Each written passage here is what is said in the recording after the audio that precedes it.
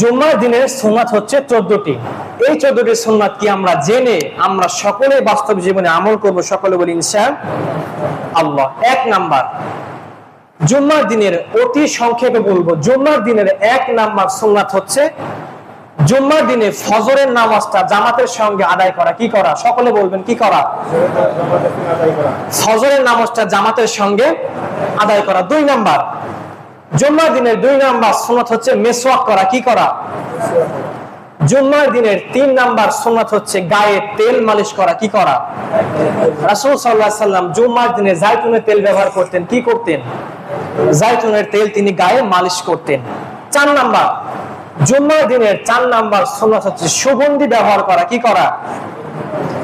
5 number সুন্নাত সুন্দর জামা পরিধান করা। নতুন জামা পরতে হবে এটা কোনো কথা নয়।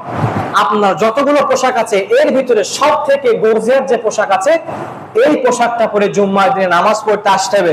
সকলে বলি ইনশাআল্লাহ। 6 নাম্বার, জুম্মার দিনে 6 নাম্বার সুন্নাত হচ্ছে রাসূলের উপরে বেশি বেশি করে দরুদ পড়া, সাল্লাল্লাহু আলাইহি ওয়াসাল্লাম অথবা আল্লাহুম্মা সাল্লি আলা মুহাম্মাদ, এইটা বেশি বেশি করে পড়া। 7 নাম্বার, জুম্মার দিনে 7 নাম্বার সুন্নাত হচ্ছে সূরা কাহাফ তেলাওয়াত করা। কি করা? 8 নাম্বার, জুম্মার দিনে সুন্নাত হচ্ছে মসজিদে আগে আগে আসা। কি করা? সকল কাজগুলো জুম্মার দিনে ফেলে রেখে আগে আগে মসজিদে আসতে হবে। 9 নাম্বার, জুম্মার দিনে পায়ে হেঁটে মসজিদে আসা, এটা হচ্ছে মসজিদের সুন্নাত। জুড়ে বলি সুবহানাল্লাহ।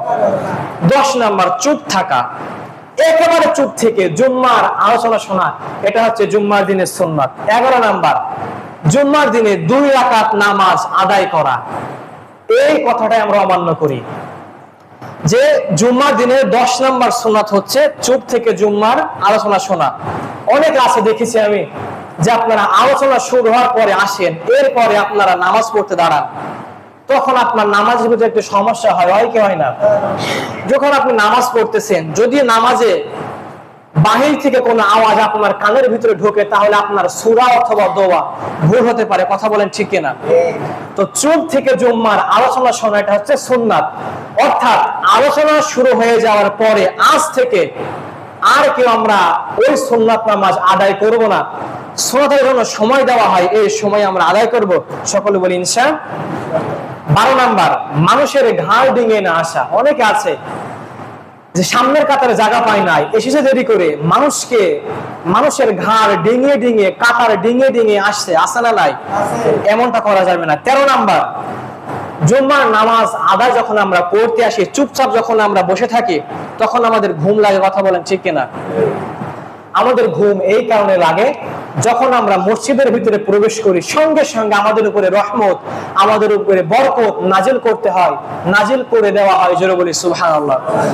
এই জন্য আমাদের ঘুম চলে আসে। যখন আমাদের ঘুম চলে আসবে আমরা জায়গাটা পরিবর্তন করে বসবো। সকলে বলি ইনশাআল্লাহ। এবং সর্বশেষ 14 নাম্বার, জুম্মার দিনে দোয়া করা।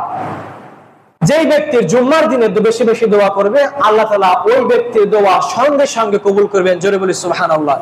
কিন্তু এই দোয়াটা আমাদের আসর থেকে নিয়ে মাগরিব পর্যন্ত এই সময়ের ভিতরে হওয়া লাগবে।